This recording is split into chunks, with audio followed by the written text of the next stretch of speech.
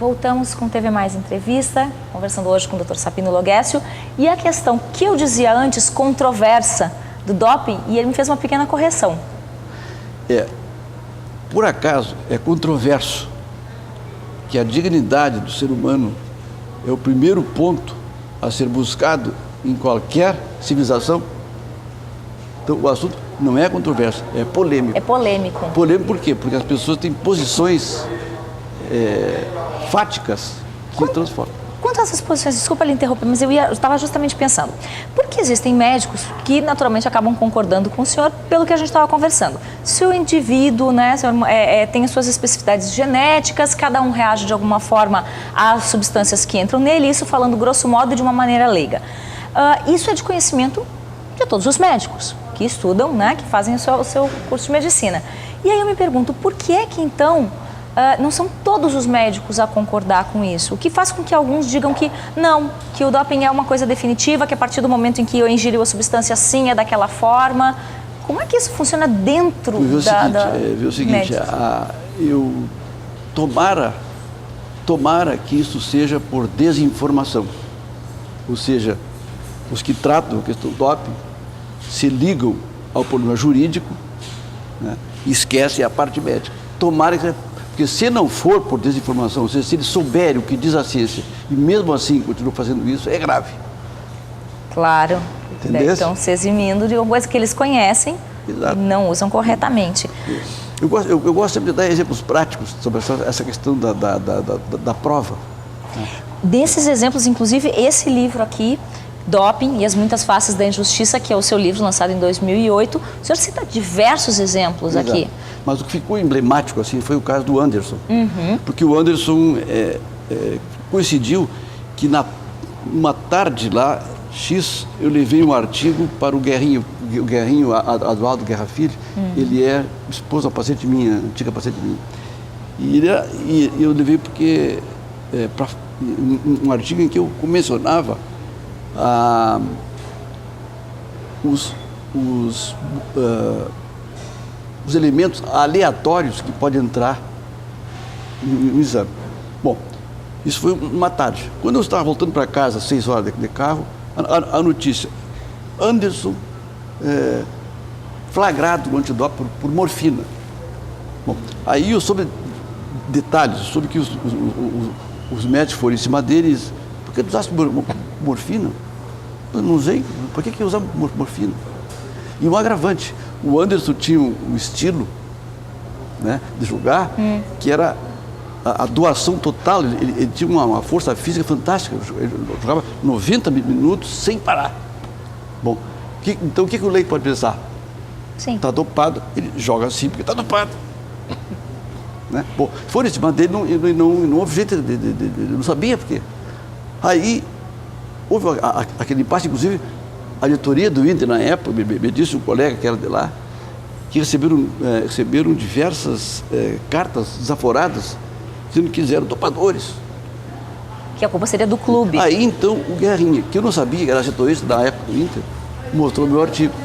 E todos se lembraram que na tarde, que correspondeu à noite do jogo com o Santos, todos tinham comido aqueles pãezinhos com semente de papoula. Né? Então, até um colega médico que trata com os drogados disse que não podia ser, porque era um programa orgânico e não sintético. E aí 3 jornalistas fizeram o teste com os mesmos pãezinhos que o Anderson usou. E o resultado foi 5 vezes mais alto do que aquele acima do qual eles consideram doping. E já acontecera algo mais constrangedor ainda em relação ao caso Zete. O Zete sempre foi um jogador exemplar, líder, né? E foi acusado de doping nas eliminatórias da Copa do Mundo de 94. Ele e o Rimba, que é o jogador da Bolívia. E a palavra oficial é de que só se ele tivesse ingerido baldes de cocaína, apareceria no doping, que doses menores seriam desprezíveis. Ora, se apareceu, então ele tinha tomado baldes de cocaína. E aí eu pergunto por quê? O Zete era simplesmente reserva de goleiro. Por quê? Era Teria reserva feito do isso. Tafarel.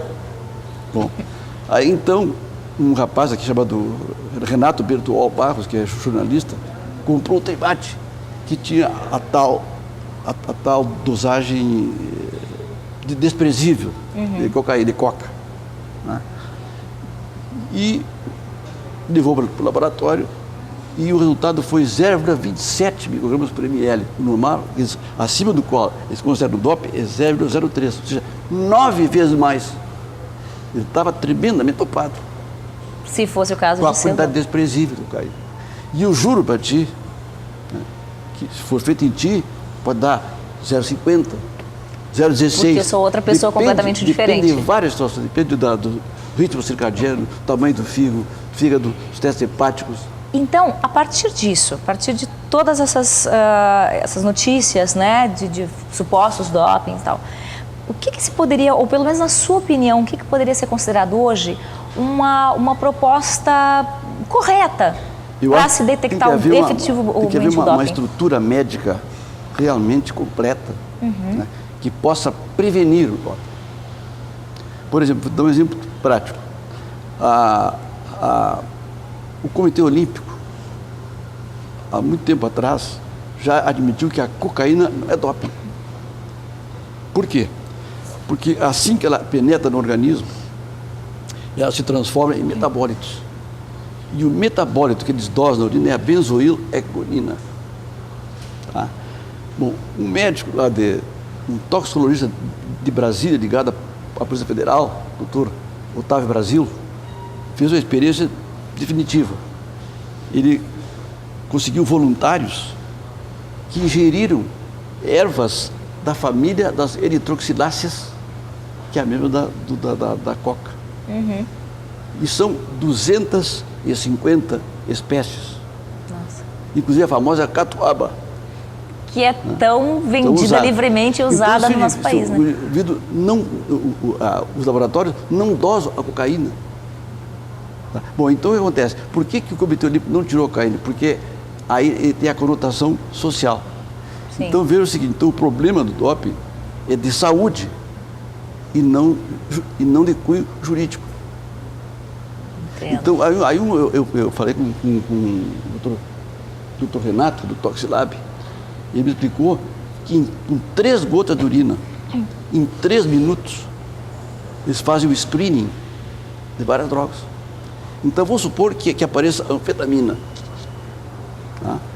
Então, faz esse exame meia hora antes do jogo. Tá? Apareceu anfetamina.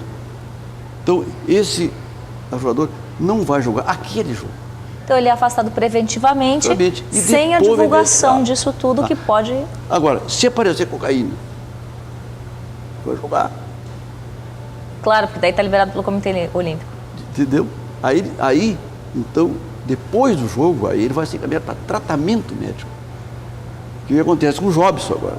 O Jobson, que era do Botafogo para o Atlético. Né? O Jobson usou crack. Né? Então, aqui no Brasil, ele tinha uma pena de 1 ano, aí diminuíram para 6 meses. Né? E aí, o